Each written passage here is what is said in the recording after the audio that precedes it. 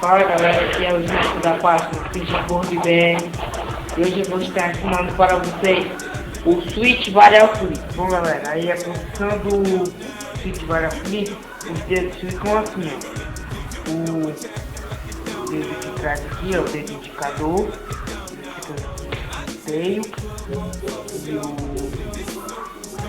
e esse aí você coloca mais ou menos bem no meio do cheio. Aí você vai mandar o switch shoot e jogar o switch flip, tudo bem suave mesmo. Normalmente você vai errar, ele vai cair assim. É só você jogar com mais força, jogar aqui ó, com mais força que ele vai girar bem certinho e você vai cair em cima. Você pode usar o Switch Varial Flip para pular várias coisas, por exemplo, uma caneta.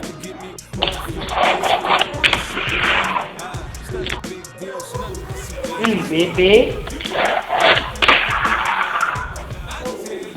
dois bebês,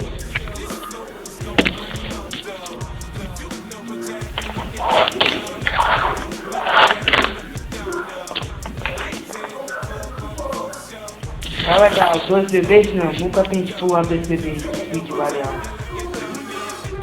Bom, mas é isso, espero que tenha gostado do vídeo.